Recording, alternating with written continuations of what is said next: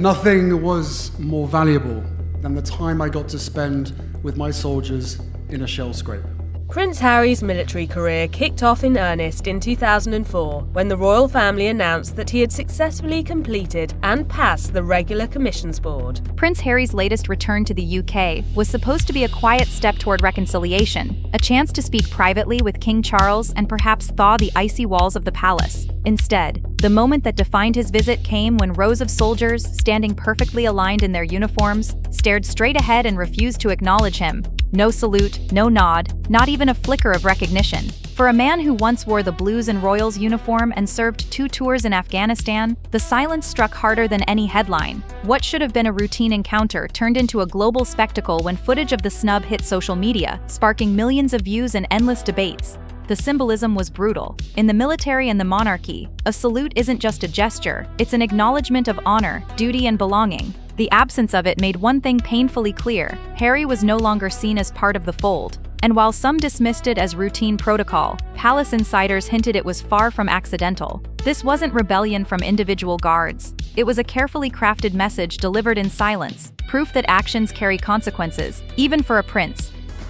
Prince Harry's time in the British military officially came to an end in the summer of 2015, announcing that he would retire from the military following a 4-week posting to Australia.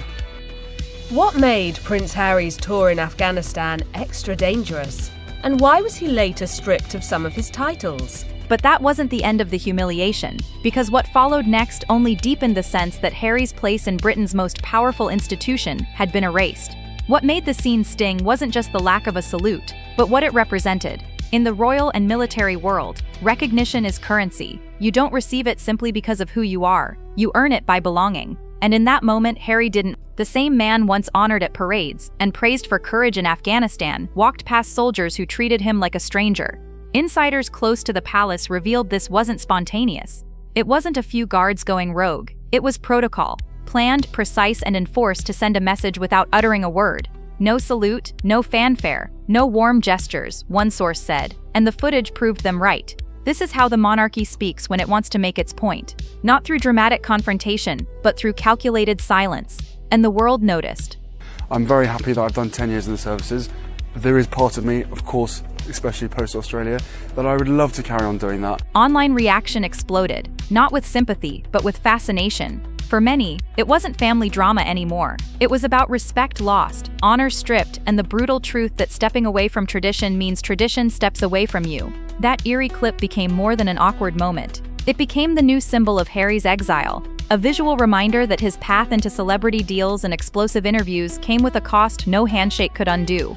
But the military wasn't the only institution sending him signals, because the palace itself had its own way of showing where Harry now stands. If the military's silence was icy, the palace's response was even colder. When a prince returns, tradition usually dictates ceremony. Flags raised, motorcades arranged, staff on standby, and a press release signaling his arrival. But for Harry, none of that happened. He landed without fanfare, arrived without a motorcade, and walked into halls that treated him like any other visitor with a famous last name. Staff were instructed to remain strictly professional, avoiding anything that might look ceremonial. It wasn't hostility, but it wasn't welcome either. It was indifference, the one thing royals rarely experience. Observers noted Harry looked visibly tense, his smile strained, his shoulders tight, and the confident swagger of his past royal tours noticeably gone. For someone raised to expect deference, it was a jarring lesson. When you leave the fold doesn't follow you. But that wasn't the only shadow looming over this trip, because even though Meghan Markle wasn't physically present, her name hung over every moment like a storm cloud. Though Meghan stayed behind in California, her absence became a presence of its own. Critics painted her as the root cause of Harry's estrangement, pointing to the Oprah interview, the Netflix deals, and the memoir that shook the monarchy. Supporters argued she gave Harry courage to break free and find his own voice. Either way, her name was whispered in every analysis, every tabloid headline, every online debate.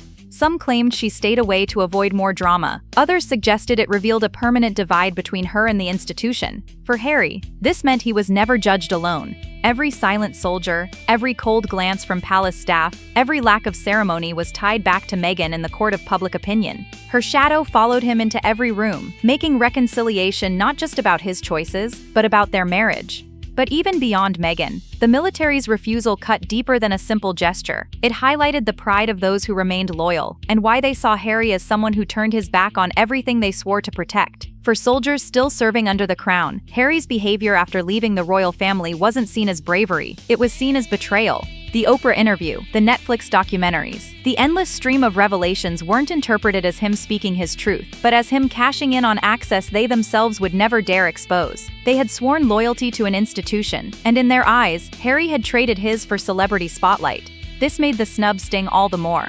The soldiers weren't just following orders, they were embodying a mindset. To them, Harry was no longer an officer or a brother-in-arms. He was someone who had used his inside position to criticize the very system they defend. The refusal to salute wasn't emotional, it was institutional, but it carried personal pride. Loyalty to the crown means loyalty to the chain of command, and Harry had stepped out of line. And yet, even in that rejection, Harry still managed to secure one thing: an audience with King Charles himself. But what happened behind those palace walls revealed just how far the divide has grown. Reports confirmed that Harry met privately with King Charles, but it wasn't the warm reunion many imagined. The meeting lasted barely an hour, described by insiders as transactional, not emotional. No official photos were released, no public statement issued, and no smiles for the cameras. It was tea, conversation, and polite distance. Nothing more. For Harry, this meant he could still get into the room, but not back into the family fold.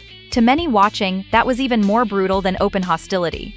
The royal family didn't slam the door. They left it slightly ajar, but kept the space inside cold, detached, and meticulously controlled. It was the kind of interaction that showed Harry wasn't treated like a returning son, but like a guest being managed. And while the palace kept the details hidden, the absence of warmth only amplified the message already delivered by the soldiers. Harry may have a famous name, but in the institution's eyes, he no longer holds a place. Outside the palace walls, the reaction was immediate and unforgiving. Every moment of Harry's trip was dissected. What he wore, who he met, how long he stayed, even the route of his car. The viral video of soldiers ignoring him was replayed millions of times, set to dramatic music, slowed down frame by frame on TikTok, and broken apart on YouTube analysis channels. Commentators debated endlessly. Was this the beginning of Harry's path back, or proof that the door had shut for good? For once, curiosity wasn't the driver of the coverage, it was accountability. To critics, Harry was facing the consequences of abandoning tradition for personal gain. To supporters, the spectacle proved how cruelly the monarchy punishes dissent.